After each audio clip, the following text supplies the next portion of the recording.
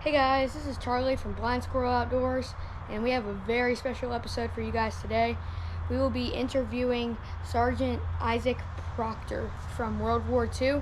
He is 98 years old, and he is one of the only veterans from World War II still alive today.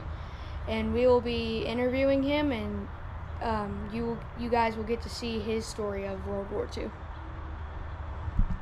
That's his back when he was in the service. So Great. Y'all make yourself comfortable. and down at the bottom, if you'll hold that up, that's some of his medals.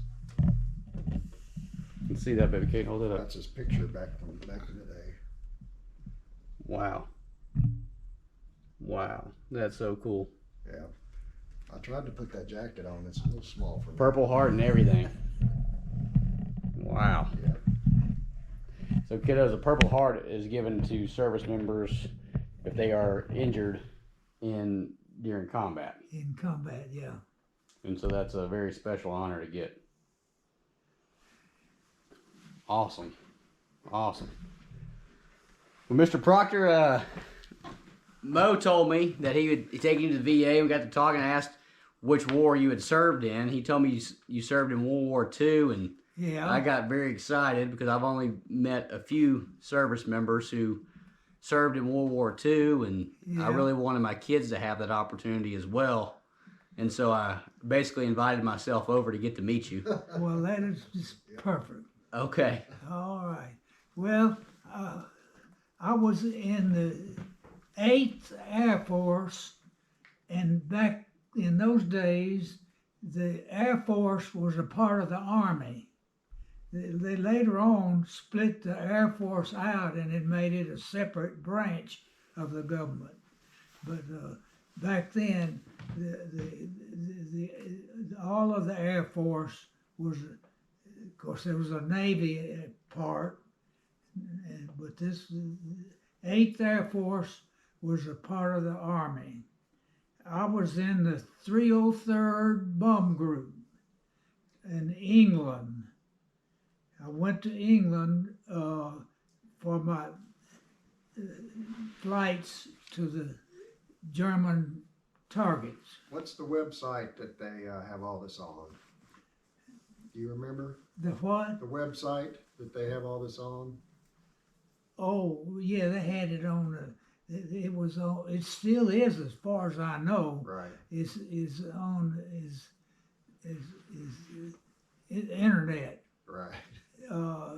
Back then, as I remember, I went to it several times. Is WW something war, and you would hit like the 8th Air Force, and then you'd hit the 303rd Bomb Group, and then you'd hit the, like you want to see Isaac Proctor. Right. Isaac Proctor crew, and it would come up. That would come up and show that crew, the history of that crew and of all of its missions and targets and dates and everything. That was on the internet. So, as far as I know, it's still on there. Yeah, it should still be there. So when did you join the service? I joined the service when I was 17. This might be interesting to you. When I was born, the doctors didn't provide or didn't ask for birth certificates. So I went all this time till I get ready to go in service, and I was required to have a birth certificate. Well, I went to Mom and I said, I need to get the date and so forth and apply for a birth certificate. She says, well, I don't know the date. I said, it's in the fall. so anyway, I picked November the 17th, and that's coming up as my birthday. So, but we had to go to the Bible and enter all this in the Bible, and then use that Bible record to apply to the state of Mississippi and get a birth certificate. So they would accept what was written in the Bible as legal paperwork. The Bible was the source. Good deal. So But so I we're not had to completely enter it sure in. how old he is. Okay.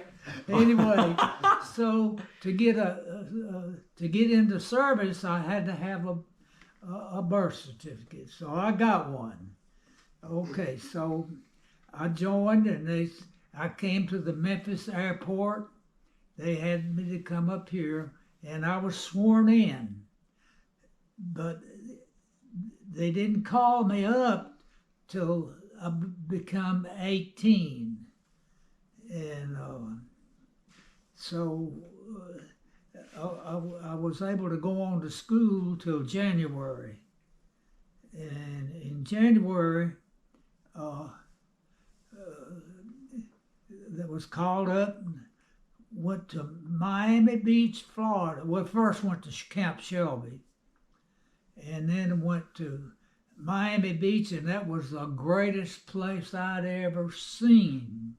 We went to a hotel on Miami Beach, right on the beach, and back then they didn't have air conditioning in those hotels, but they had big windows, and that air would come in through that window off of the sea, and it was just cool and nice. And I wasn't used to that, and I was, and the restaurant, it was in the hotel. It had like a square opening around the center. I don't remember the name of the hotel, but and then the restaurant was off to the side, the Army PX. So we could serve basic training in Miami Beach, and I thought I was on my way to be a pilot.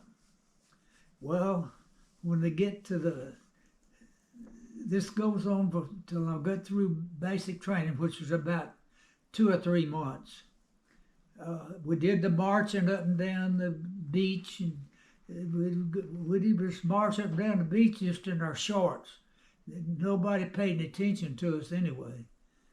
And so when they get to the processing center, they said, everybody joins to want to be a pilot. We don't need a pilot right now. We need a gunner.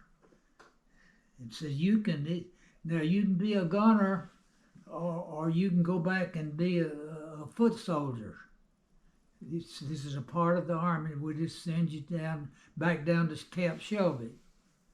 And I said, well, since they're going this far, so it was a offer bait deal by the government. They told you to sign up to be a pilot. Yeah. And then didn't let that happen. That's right. So I never did get further to be a pilot than going to ground school at Miami Beach. Well, then when I get through with getting processed and getting to train to be a gunner, they sent me to El Paso, Texas. Well, I was there for a while. Then I went to Kingman, Arizona. And you may know where Kingman, Arizona is, but anyway, it's way out of nowhere. Well, I had to learn in Kingman how to handle the gun, take it apart blindfolded, and put it back together blindfolded. They'd take a part out, and I'd have to find out what part it was blindfolded. All that kind of, you learn that every inch of that 50 caliber machine gun. Then they carry you up in the air, and you learn to shoot that gun, and they drag a target like a curtain or something, and you'd fly by that with the 50 caliber machine gun and see how many holes you can shoot in it. Well, you learn how to shoot that 50 caliber, and they had us even shooting skeet with a shotgun. How to This one made lead. into a pin, so probably. So you had to learn how to lead and all that. Mr. Proctor Morris just showed me the bullet that you have over here on your Yeah. that you have over here that's showing the size Yeah. of. I know I'm trying to get in front of the camera here to I had show it that. in Right, and then anyway, kids, this is the size bullet that his machine gun would shoot. That's really big. How many of those would it shoot? How fast could it shoot those bullets? It's bang, bang, bang. It's one right after another. If they're on a chain, they're on a linkage, and they're down in on the plane. There's a box on each side in the tail containing those shells on a linkage, and it's trained up to the machine gun, and I had 2 machine guns, one on each side, and then on the end of that was a camera, and whatever I shot, well, when I pulled the trigger, it'd turn the camera on, so I'd take a picture of everything I shot. So Did you ever see those photographs? no, I never did. See, now I've got to tell you that all I knew, nobody tells you anything except just what you're supposed to do. And I knew little about the plane, not really. I didn't really know very much about the B-17. I just knew where I was, that I had to crawl back there, and I knew it had 4 engines, and and then I learned how many we had in the crew. We had 10 people in the crew, had a pilot. 10, wow. Had a pilot, a co-pilot, a bombardier, navigator, had a radio man, had an engineer, had a waist gunner, had a tail gunner, had a ball turret gunner, so it all ends up to about 8 or 10 gunners all time. Now, could the guns you were firing, could you aim them back and forth, or did you just, Yeah, they're weren't fixed? swiveled. Okay, they swiveled. Okay. Those guns were on a swivel, and you could turn them around and cut the wing off of you on an airplane if you. That's why you got the camera on there. Okay. For safety for everybody on there. That you have to be careful. You have to be careful that you don't shoot your squad, one of your squadron down. This Right. generally runs in a 13 planes in a group. Okay. And you all have a place. My job, part of my job as a tail gunner was to keep the pilot acquainted with the surroundings on the back part. In other words, if there's a bunch of planes coming through, it is hard to keep it orderly because there's so many planes in the air bumming. My job was to tell him, for example, watch this plane down here at 6 o'clock. Yeah, you see, yeah, I see it, So keep him from bouncing around and bounce on top of it. Okay. So anyway, that was part of my job. And of course, part of my job was, my biggest part of my job was to be able to use those 50 caliber machine guns. Now, I saw, you might be interested, I saw some back then they were Germans were just building the jets. And I saw some jet trails, and I said, there's jets in the air. And they would come up and cut off They couldn't stay in the air long, but they were so fast that they couldn't. They have a hard time shooting any individual. We didn't make but about 150, 175 miles an hour, and they were going, multiple miles an hour. I don't know how many, probably 400 or 500, and they'd go by so fast that they could only stay up about 10 or 15 minutes. Back then, they'd run out of fuel, so we didn't really have a lot of trouble with the jets. Although we were worried about them. They would come around and swing around and then put the nose up and come up underneath us. That was the bad part. And it had the tourists got he thought he shot one down. They'd come up with that nose underneath, and that way they had a better sight at it.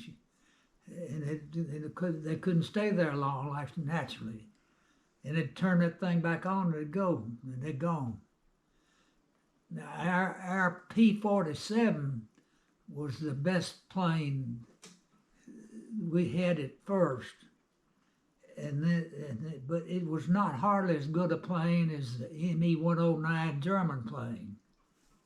Then later on, they came in with the P-51. The P-51 was a better plane than the Me-109. And it could go at a higher altitude and make faster turns. So we would be going on a mission. They would pick up with us for a certain spot, and we knew we had coverage at a certain spot on the mission. Now in the morning when we'd get up, about 3 o'clock in the morning, I'd hear somebody walking down the wall, and my bunk would start shivering. I mean, that's the only time I really ever got bad scared, as to whether or not I was going to have to go that day or not. And that bank would it'd be, and he'd come in, all he had to do just touch your shoulder. You knew you had to go. So you'd get up and you'd go to breakfast. And then after breakfast, you'd go to interrogation, they call it. And in that room, they would announce the target for that date. And on the board, they had a big board with a string showing how you would make that route. You'd make a route, you'd go so far one direction and then turn and go so far another direction. That's to keep them from knowing where you were going. They wouldn't know because they couldn't tell from your direction where you were going. And we'd be told what the target would be and where the enemy aircraft would probably be, and then what the biggest deal back when I was going was the anti-aircraft shells. They got so the women were taught, the German women were taught how to shoot those guns. And an aircraft gun is like it shoots a shell up and it goes so high and it explodes. And they're trained to get it as close to the aircraft as they can, or hit aircraft they can. And so when you'd start out over a target, they always had, never had a target that didn't have anti-aircraft guns. They'd have those and they'd be shooting. Well, you'd look out in front and you'd see all those explosions and say, how are we going to get through that? Well, the motto of the squadron was, you pick a target, you never turn back. That was their motto, never turn back. And we never turned back, regardless of how many planes got knocked down in front of us. you went anyway. They couldn't scare you out. So what they pick they called it an IP, as an initial point. They picked that out at where the bombardier would know where he was, and know how far it was to the target, and all that. And then the pilot would turn the airplane guidance over to the bombardier, and he was to go down the IP point and guide it to the target and drop and hit the latch and knocked it. When he hit the click, the bombardier, the doors open to the bombs, and the bombs are on a rack, and they just stacked up one on top of the other. But when he hits that latch, they all release, and they one after another they start down, maybe 8 or 10 of them at one time, and those bombs then are targeted to a certain target on the ground. If you're first, you can see, you can watch and see them hit. But after your squadron, if it's after the next one that comes, there's too much smoke. But they know from the initial point how to guide it to go to that particular target. Now, twice we went to Berlin on my missions, and that's pretty tough. I mean, you got anti-aircraft fire for miles and miles before you get to the target. They got so many of them there, you know. Another long distance target was Dresden. Dresden was their target because the Russians had asked us to bomb Dresden and knock out the railroad tracks and all the bridges and so forth to keep the Germans from retreating. They wanted to catch them. They were hungry to beat up on them, and so that's what we did. We went to Dresden twice, and of course that was a lot of planes went. And I was just one out of hundreds that went, and they said that later on, and this is on the History Channel that I heard, that there was 30,000 people in Germany that died from fires caused by those bombs. That's how bad that war was. But anyway, we got to our target, and it took 11 hours. We were in the air, 11 hours getting back to the base. That's the longest mission you flew was to Dresden, 11 hours round trip? Yeah, to Dresden. It took us 11 hours to go and come. Now, it takes a while. I probably explained this a while ago. At first, when you start out, you're so loaded, you don't want to go over the English Channel into France at low altitude. You want to go up at high altitude. So we would spend, I'd say, an hour or so just making circles going up, trying to get altitude in England. You say it was so loaded that with bombs and fuel? Is that Yeah, what was loaded? that's right. You loaded with bombs and fuel, and you just barely got over the end of the fence at the end of the runway, taking off.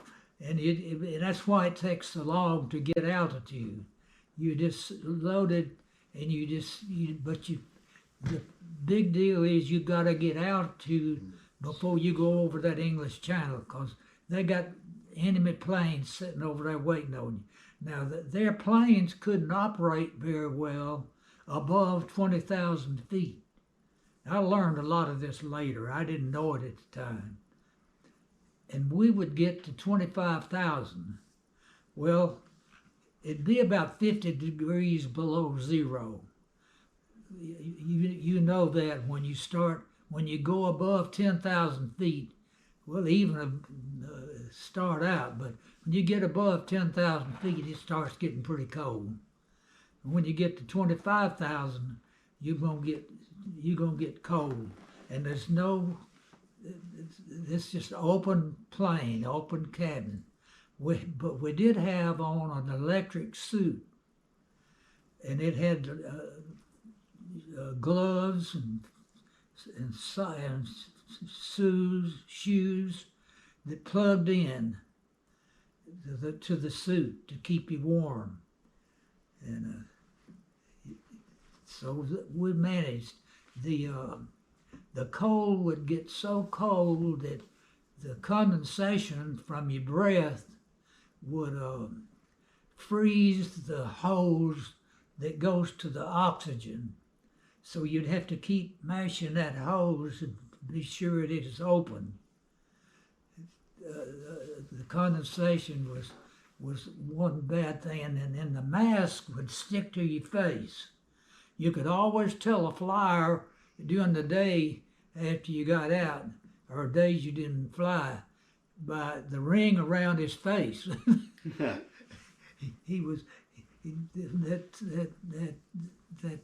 mask would stick to your face, and if you had your glove off and you touch anything metal, your fingers would probably just stick to it. It's so cold. How many missions did you fly? I got hurt on the 29th mission. The 29th. Yeah. One time, that was all with one cert crew. One time, all but one. They sent me up with a new crew.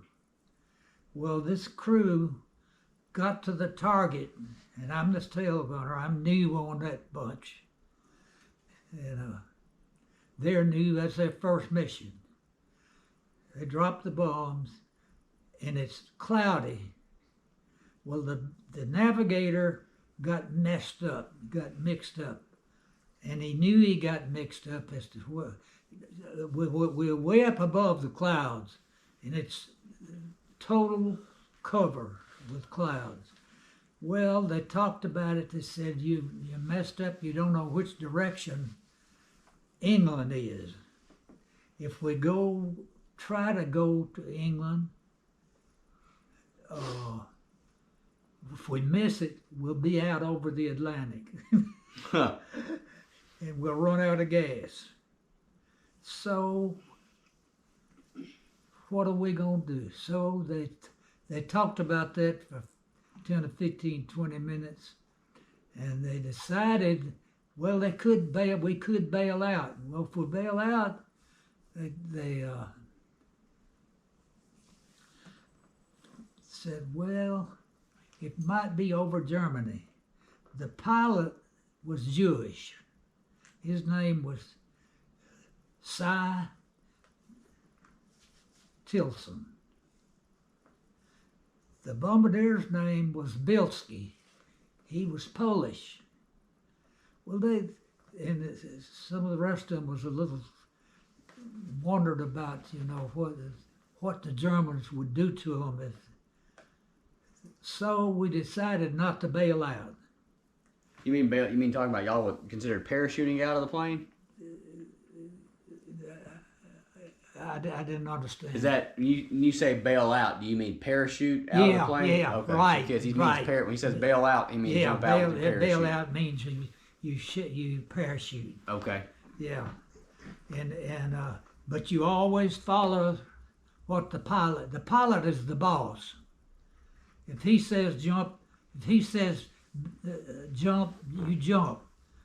If he says stay with the plane, you stay with the plane. That was the normal thing to do, was always follow the pilot, follow his directions. So he knows more than anybody else in the plane. So anyway, we flew around. We couldn't bail. We flew around and decided not to bail out. We flew around. I said, well, we messed around and it got down too low now to bail out anyway. So let's see if we can get under this cloud and see what it looks like. Well, they got under that cloud, and it wasn't but about it was less than 1,000 feet, I think. The cloud cover was just like wintertime, you know. So they flew around and said, well, okay, we got to burn some of this fuel and turn some of it loose and spill it. We don't want to belly land. Now we don't have any choice but to belly land. Wheels up, you know. So we... He means land on the belly of the plane, no wheels down like on a runway. They're just going to land with no wheels down, land on the belly of the plane. Yeah. So we found this open field, and it turned out it was a turnip field. And it was long enough, the space was long enough, they thought they could drop that plane down in that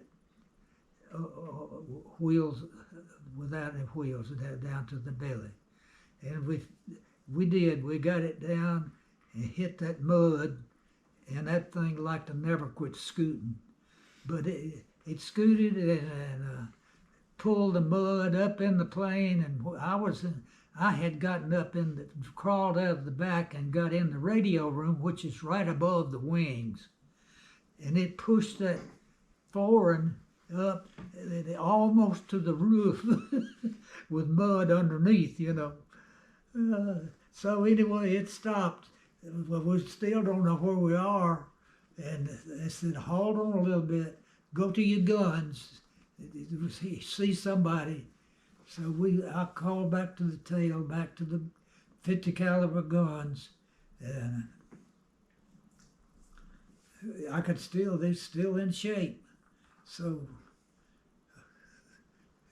they come out and they said, no, it's farmers. So it turned out it was right close to Brussels, Belgium. That's where we had gotten, way up north. Okay. So what did the farmers do? The farmers, they were friendly, and they saw these English. They saw we were American and English speaking, and so they had somebody in the group that could speak English, and they said they knew of an English. England had a camp not far away. They said, we'll get you over to the English camp. So they got me over and arrested them over to the English camp, and we spent the night there. And then the next day, we had a plane pick us up. They could radio, you know, then, and pick us up and carry us back to England. Well, when I got to England, they'd already distributed my stuff up. They thought I was gone. Glad you weren't. What happened to the plane? Did y'all just leave it there in the field? Oh yeah, the plane was destroyed. Okay, y'all blew it up or burned it? Just leave it like he just got all he did is get the bomb sight out. I remember he said, I got to get this bomb sight out. It was supposed to be secret, you know. Right. And that's the only thing. We left it all, guns, ammunition. We left everything in that turnip field. Okay. Yeah. In the mud. How did they get you? Were you in, I mean, it was in Belgium, but were there Germans nearby? As far as I know, they were on either side of us. Okay. Yeah, but they weren't right there where we landed. Okay. They could have found out where we were, I think, as long as we flew. We flew for 2 or 3 hours in that area, flying around and around. When how you just walked over to where the English camp was? They carry you in some sort of a truck? How'd you get over there? Well, these guys, these the guys, these Belgian people, they had transportation. Okay. That we by the way, we went into the city of Belgium, and I saw old ladies. Now you can picture this, old ladies starving.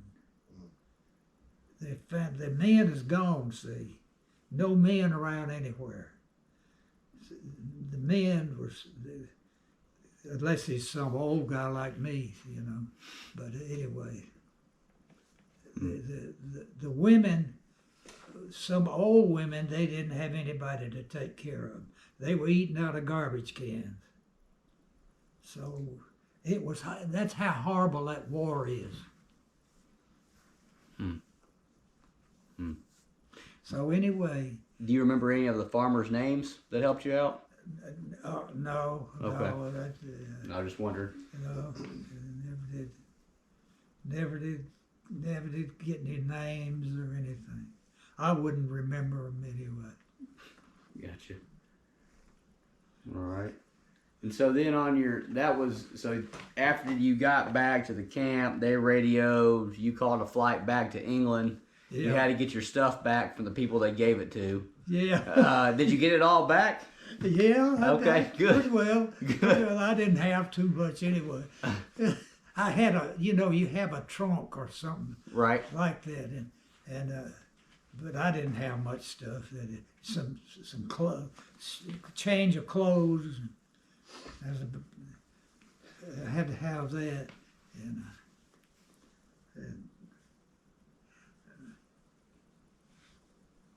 Did you have to wait a while before your next mission, or did they send you right back up?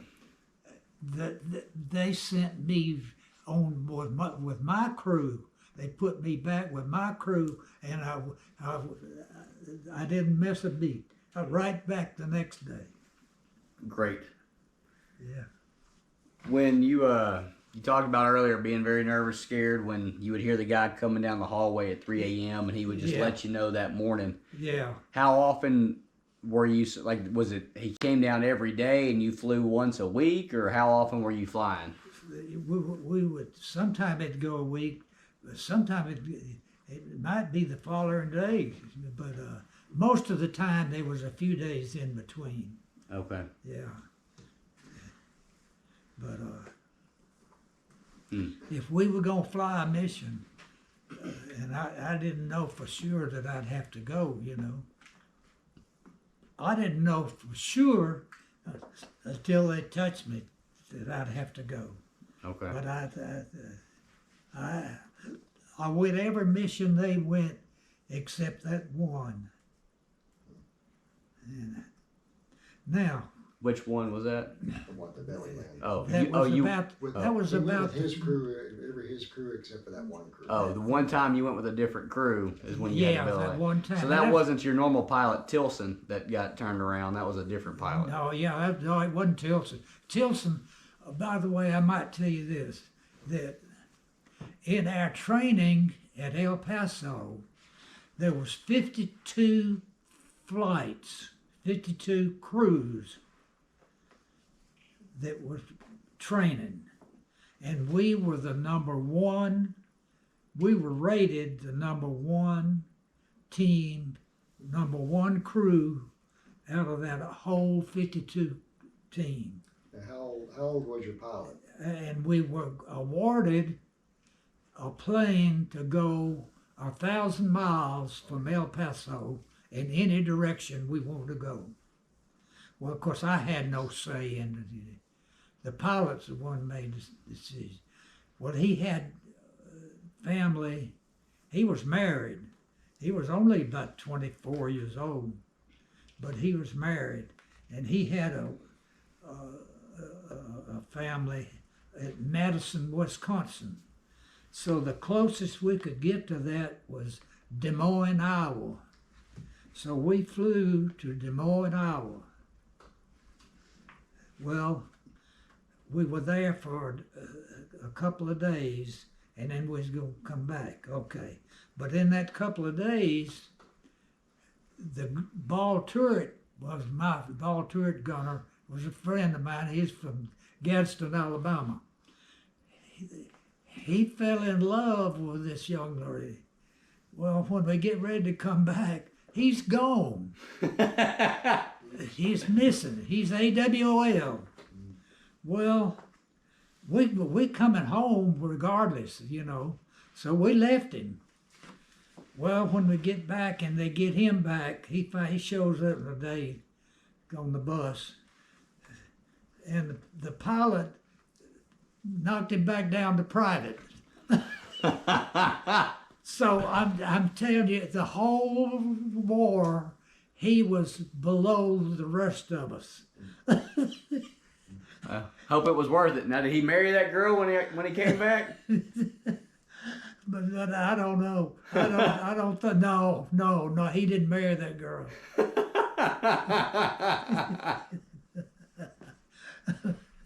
Oh man. That's funny. But that's the way it goes. You never, even the best of crews, things happen. Well, you said there was 10 of y'all. It's pretty hard to say that there's going to be 10 young men under the age of, right around the age of 20 Yeah. to go off somewhere and not one of them get into some trouble. I mean, that's a pretty tough ask. You're right. Oh man. All right, and so you were you flew 29 missions. You had one belly landing, and not trying to steal your thunder, but Mo's told me you got injured on one of your flights. Yeah. What happened on that one? That was my final flight. I was unable on that flight. They said they broke radio silence and found out how our altitude, and put those shells right in on us. Well, it knocked a big hole. It just about knocked the plane down, and so many of them hit it. But one big shrapnel pod came through the ammunition box, through the ammunition, came through and hit my leg and just knocked it back. I'm straddle of in the tail, I'm straddle of a little bench like deal, a little wood bench that I'm straddling. So I just sit on that and feet on each side of it. And then the ammunition boxes are on each side of that. So anyway, it came through that ammunition, came through the cowling of the tail of the plane, and hit that ammunition box, came through it, and hit my leg, and it went on and knocked out the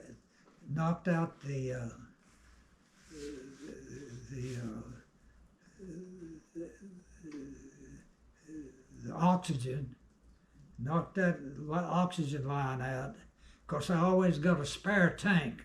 You always carry a spare tank so you can move around. You hook that up. Anyway, I hooked up that spare tank. But anyway, I don't know how bad I could move my foot. I knew that as long as I could move my foot, I'd be all right. But I was afraid I'd bleed to death. I knew I was hit hard. So I had 50 pieces of shrapnel in my leg. And it's still, a lot of it's small stuff still in there. They said it'd tear my leg up too much to take it out. But anyway, there's still pieces, I can feel them. They're still in there. And anyway, I hooked up my parachute, got that on, and I can't talk to anybody. The internet's out, the radio system. I can't call anybody and tell them I'm injured, and they don't even know I'm been hit. I'm so far back in the back. So I crawled to the radio room, which is, like I say, is about halfway up the plane. And crawled, and it ain't like you can talk to somebody. It's making so much noise. I got a pasteboard and got scribbled on it, "Don't let me bleed." And he knew what the trouble was. So he radio man cut my uniform back and put sulfur on me. And of course he told the pilot, and he came back and checked. But then when they gave me a shot of morphine, they got a medical capacity. They had little tubes of morphine that you take the cap off, and it's got a needle, and you just push that needle into your body and squeeze the thing, and you got a shot of morphine. So he tried to give me morphine, and he hit the bone, and he was afraid I didn't get any, and he gave me another one, so I got 2 doses, knocked me out. The pilot came back and checked on me. He was good. He was first class pilot, and checked on me. He even checked on me when I went to the hospital. So when I get, it's about 3 hours. I'm laying there. If he hadn't have taken care of my blood part by putting that sulfur and fixing me up, 3 hours, I don't know what would have happened. But anyway, when I get back to England, the doctors, and I saw, actually, I remember getting out of the plane, but I almost went to sleep before I got there with that morphine. Where do you remember where? Do you know about where you were over? Were you over Germany when you got shot, or Yeah? Where was the target that time you were trying to get to? I've got it. I've got it written down somewhere. But it's a German name, and that's why I don't remember it. I got you. Yeah. Okay, so when you got back, you still had a 3-hour flight back after you got shot. Yeah, you land, they get you out of the plane, they got you straight to a hospital. The hospital is right there at the air base. Okay. They have submitted. Well, it's close by. The people at the airport, there's like an ambulance there. They carried me right. I wasn't just short. Just right at it, the hospital. So I get to the hospital, and I didn't wake up till I've been operated on, and I didn't know anything that went on till the next morning, and I'm wrapped up, woke up. I feel the pain, but I'm not concerned anymore. I'm out of the war. Okay. I knew I was out because I was hurt. I was hurt too bad to be in. But then they operated on me and carried me in the ward, and they put a cast on me, and then they started giving me penicillin, and they give you back then they'd give you a penicillin shot every 4 hours. So there I am, day after day after day. Every 4 hours I get a penicillin shot. Keep the infection down. But I had a cast on it and had it pulled up just like I was bone broken, you know. But right. I didn't have a bone broken. But my leg was pretty well torn up. Okay. How long were you in the hospital? I was 9 months before they let me out to go home for a short time on a vacation from the hospital. Then when I went back, it had gotten worse, and they was mad because they'd let me go. Now, when you went home for vacation, you didn't get to come back to the States. You just went back to the base, like to your regular... No. To come back to the States, I was only in that hospital over there about 9 months. I mean, excuse me, 3 months. 3 months. Okay. Then you got transferred back to the States. Then I got sent back on a hospital ship to New York, and went across the Atlantic and in a hospital ship, and got back to New York, and you'd never believe Jimmy Durante was the entertainer. Okay. You remember Jimmy Durante? I do not remember Jimmy Durante, but we'll look him up. He was a funny-looking guy, entertainer. Okay. So you were staying in a hospital in New York for a while? Yes, I wasn't there too long in the hospital. They sent me to Kingman, Arizona, and that's where Borden General Hospital. That's instead of sending me to Memphis, they sent me to Borden General Hospital, Kingman, Arizona. No, Chickasha, Oklahoma. Okay. That's the name.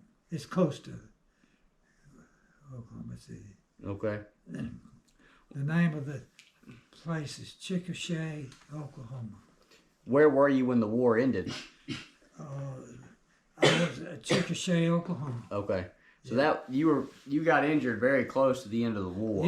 Yeah. Did the servicemen, could y'all tell y'all were getting close to the end of the war? Did y'all feel momentum that y'all were getting, or what were y'all thinking the whole time when you were flying on your missions and everything? Did y'all think you were close to winning? We just hope we get through this one. Okay. That's all we knew. Okay. So the flak, the aircraft had tapered down. They didn't have as many planes when I was flying. Germany didn't have as many? No, they did. There's fighters. Okay. And when they did, we were able to knock them down. Okay.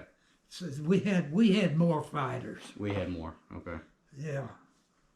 So the whole business was that I doing my flights, my enemy aircraft was not as bad as the flak. The flak didn't let up. It got worse. They knew how to shoot those guns. Okay. And they didn't mind shoot. Most of our targets were oil depots. Okay. So kids, if they could take out the oil depot, they wouldn't be able to operate. They wouldn't have the oil for their tanks and their automobiles and stuff like that. So that's how we could stop the German military. We went to Kiel as a submarine, but most of it, and then we went, like I say, went to Dresden a couple of times. That was to keep the Germans from retreating. See, the Germans were coming out of Russia at that time. They were coming through, and they were the Russians were trying to catch up to them, and they wanted to kill them. They didn't want them to get away. Right. They're cruel. They're bad. And they didn't mind how many people they killed. They got killed. Stalin didn't care. He didn't mind a bit to have his people killed. That's like the Chinese. They don't care how many people they get killed. That's why you have trouble fighting those kind of guys. So you were 17 when you signed up, 18 when you got pulled into, you got to go to basic training. Yeah. And you chose I was 19 when I was flying. Okay, and you chose the Army because they told you could be a pilot, then they tricked you there. Because your other option, I guess you either had Army or Navy back then, and you chose Army. Well, I thought I was going, I chose Army. I didn't know any difference. Okay. Well, I didn't want to go to Japan. I back up. I'd rather go to Germany than to go to Japan. Okay. That's what I thought. So Any particular reason, or? I just heard that there's a lot of cruelty of the Okay. Japanese. Okay. You could jump out. In other words, you could bail out over Germany and make it. In other words, the people there wouldn't kill you. And you bail out over Japan, they'd probably kill you. Okay.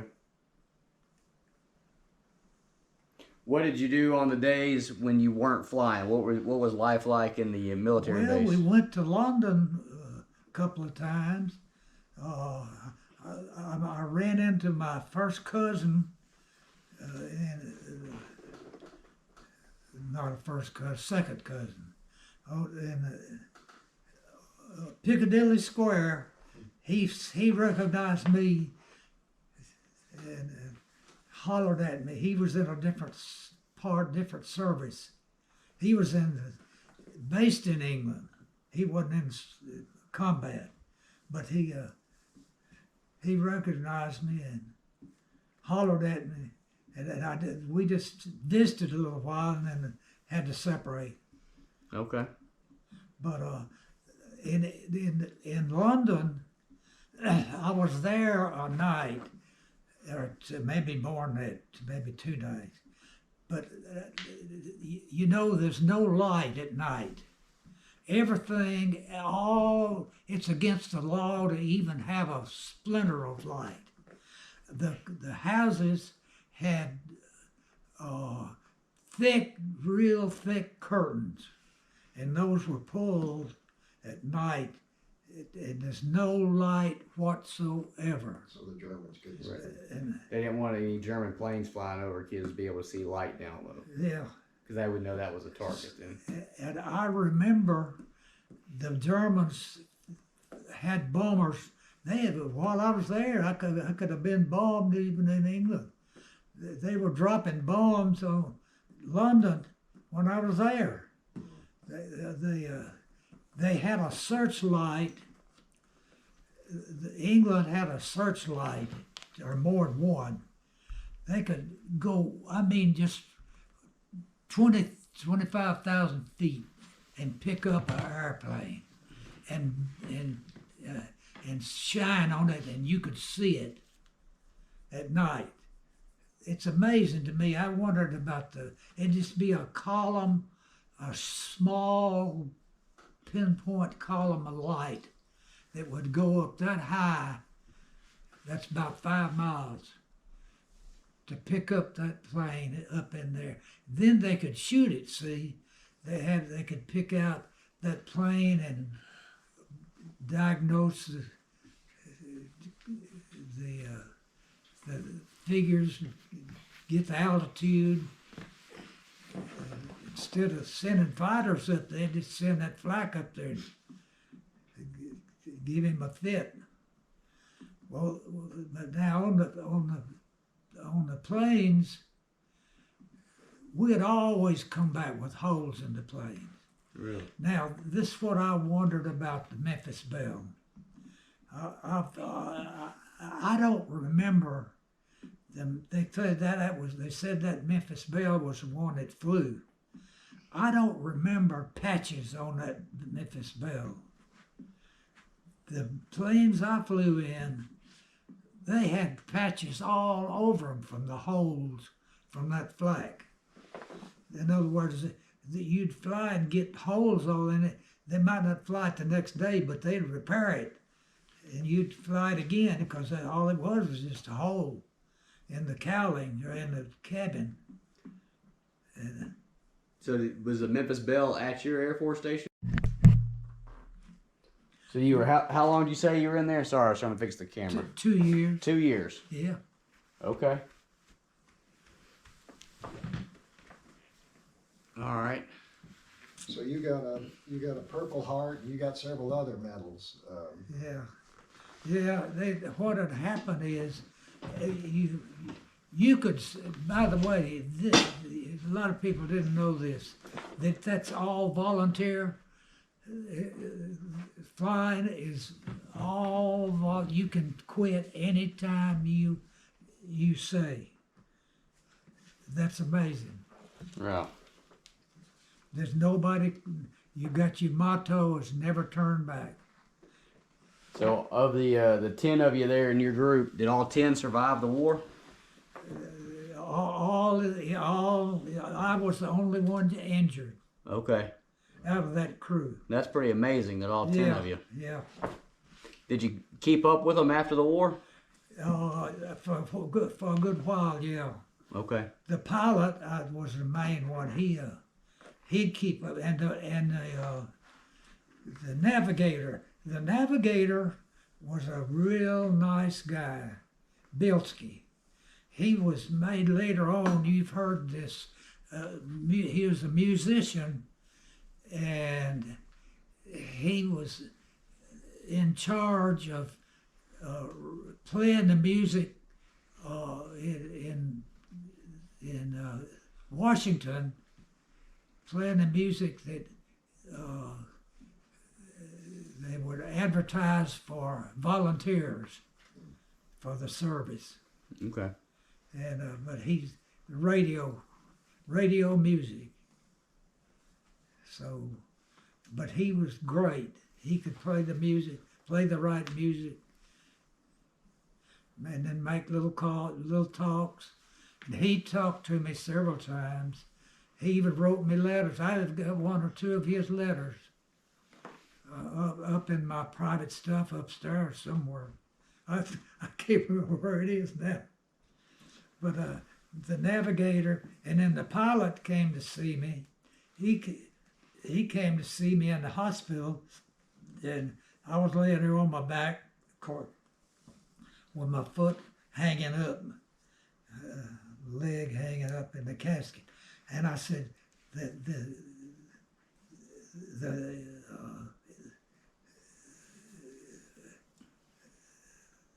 I'll tell you in a minute, my mind runs slow.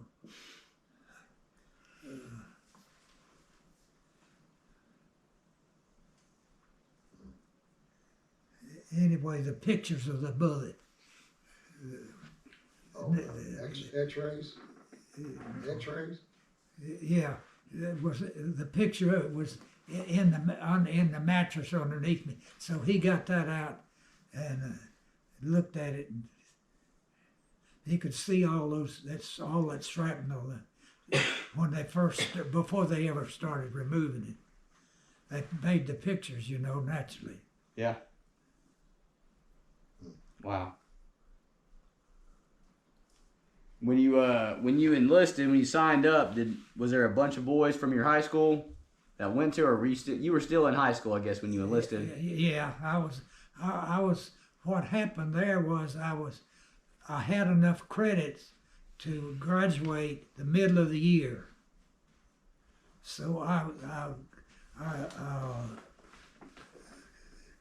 was in my senior year there when I enlisted. And then they finished that semester in January. I believe it was January around January the 1st. I was inducted into the Army. Okay. In the Army. Here at the airport. So after your service, they paid for your college education, right? And then sent to Camp Shelby. A man that processed it there for Mississippi, and he said, well, you coming from Walnut, I graduated at Walnut. You know where Walnut is probably.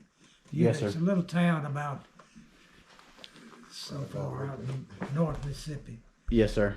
And anyway, he said, you coming from high school in Walnut, you need to go to a junior college before you go to Ole Miss. And so I said, fine. So they sent me to East Central Junior College in Decatur, Mississippi.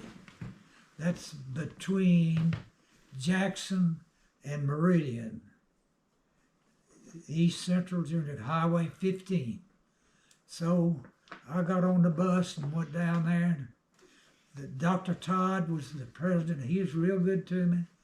And that was the best thing that happened. That's where I met my wife. Met my wife at East Central Junior College. She was a basketball player. Okay. And I got to be, they made me the water boy. I was called the manager. And I got to go with the boys and the girls to playing basketball and football to their teams. I went with them, and when I'd go to help keep score, keep uniform, just do different things, helping the coach. Okay. And so I got to be with my girlfriend, see, all this. It worked out. Yeah, Good planning. yeah. So then we'd make trips like this. Back then they had a junior college at Hines, Jackson, Poplarville, Scuba. You hadn't heard of those names. Oh, I have. I went to school at Mississippi State, so I've heard of all these town names. Yeah, okay. Anyway, some more that I've even forgotten. Anyway, that's where my wife was from Meridian. And so, in college, I could go see her, and I'd stay at the Hotel Southern in Meridian. Well, that got to be kind of expensive, so the mom says, we got a room, extra room, we'll just let you stay here. So I would spend the night with that her mom's had with her mom when I'd go see her. Good deal. Save some money. From college. Yeah, save some money. Mr. Proctor, I did want to back up to one thing you said earlier. You said that the people on the planes, y'all had the option. Y'all could have quit at any time. You didn't have to keep doing your missions. Is that correct?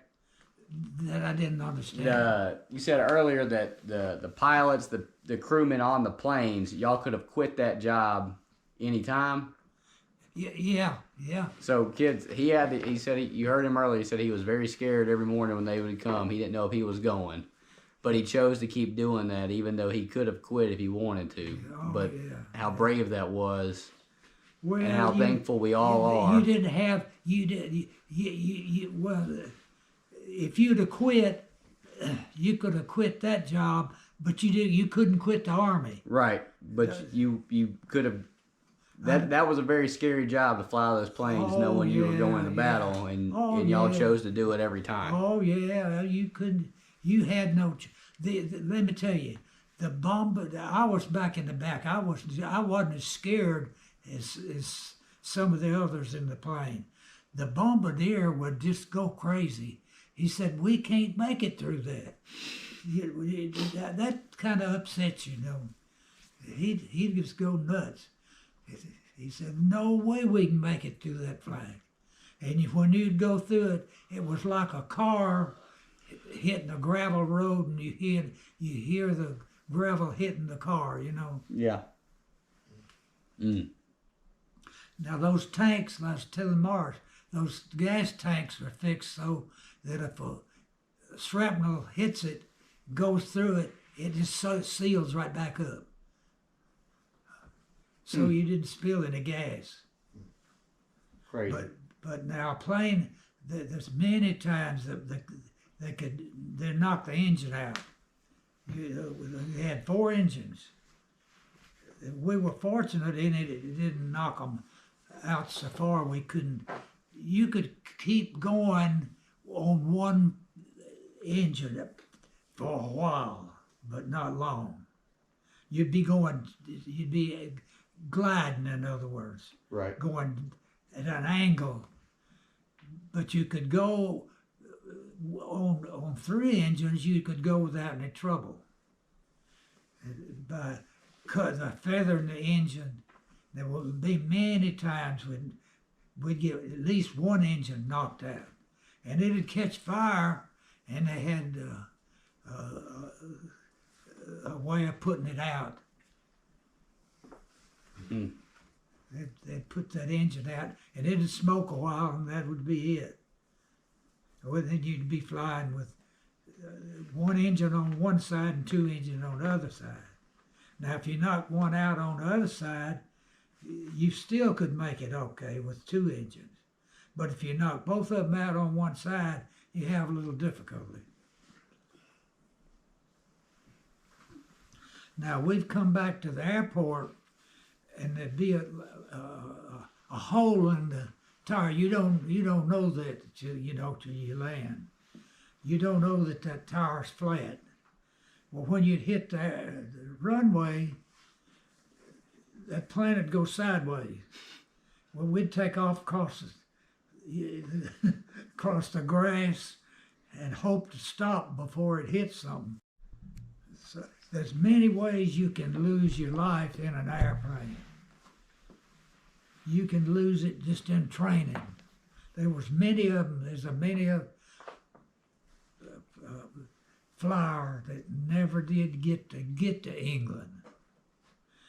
In fact, we flew a plane across from Bangor, Maine to Ireland. Well, going across the North Atlantic,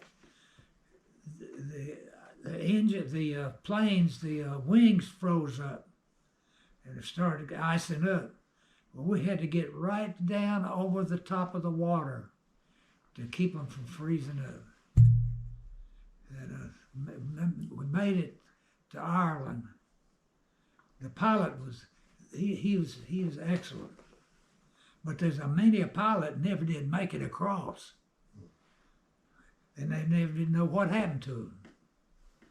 And the same thing happened in the Pacific. I had a friend. He was in the Air Force, and they said they never did know what happened to him. Patrick. Never did know what happened to him.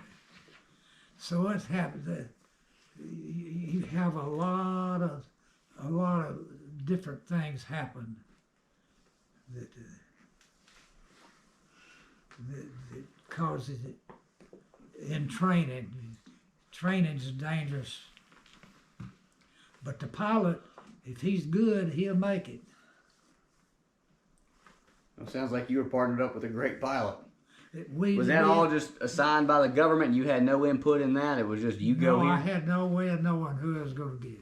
Okay. I ended up with a first-class pilot. He was good in every way. He was smart. And and the navigator was good. We never got lost. He always knew where we were. That's We important. never got lost. Just think the technology back then. Right. How You're up in the air and just The bombardier was not so hot. He was kind of crazy. well, you probably have to be to play with bombs all the time. I don't know. He was kind of nutty. He'd say, "We'll never make it. Turn around. We'll never make it. We'll make it." Well, And if what had really tear him up was that we'd make it and go across, and they wouldn't drop the bombs because they couldn't see the target, and we'd come back around and go make it again. That's when he'd really go crazy. Said, "We can't make it a second time." And it was his responsibility to pull the lever that would drop all the bombs? It's his responsibility to take it over and fly it over to the target. Yeah. Once he got control of the plane, he was pretty good. They'd trained him pretty good. Just before he could see all that before he ever got control. if you see those old shows, that bubble in the front is where that guy sat. So he was seeing it. Oh, he was in that very front. The pilots weren't right there. He was in that front bubble. Pilots are up top and Okay. kind of back over the wing-ish a little bit. So That Okay. bombardier, he's out there. Bombardier's in the very he's front. Out there front. Nothing but glass between Yeah. him and Right. Flack. And then, as he said, he takes over the plane and flies it over the target and then drops the bombs. Okay. So the navigator's kind of sitting in the back, right, or in the midsection of the plane. Is that correct?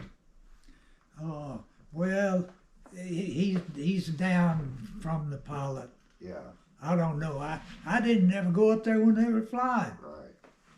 I stayed back in the tail. Yeah. See, that's why I don't know a lot about the thing. I didn't ever know a lot about the plane. Because you had a turret gunner, you had a belly gunner, and the tail I just gunner, knew where the bailout door was and in the, case the pilot said bail out. the front, the navigator. That was back behind me, I mean, not the and I wasn't too sure I could make it there if it was going down. The bombardier had guns on the front also, so there were guns all the way around that thing. All right. Do you remember specifically ever shooting down a plane? You couldn't take credits too many Okay. Too many people, other people shooting. too Yeah. many of us. We kept them off of us. Let's put I it got that you. way. All right. Well, Mr. Proctor, thank you so much for your time. Well, you're certainly This welcome. is a real treat for me to get to meet you, Yeah. as it is. Well, you get to know a little bit. These guys nowadays go through the same kind of stuff. It's different, but it's different. It's still risky. Right. You know, you have to give them credit. Our Air Force people, they're not in the fighter yet. They may get there, but right now they don't have the flak and the planes against them that we had. But I got surface to air missiles now. Right. they still have a lot of risk. Right. With tracking technology, with radar. Well, thank you for your time today, and thank you for your service to our country and what you did. Well, I was just a kid. I was just doing what I'm supposed to do.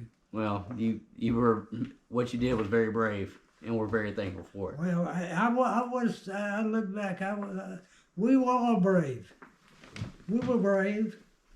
We didn't even think about turning back. Yeah, When we was given a target, we was going. That's right. That's amazing to me, even today. No turning back. No turn back. Thank you guys so much for watching this video. We hope you enjoyed it. Please be sure to smash that subscribe button and also hit that like button so you never miss out on any of our new videos. Keep hustling, stay wild.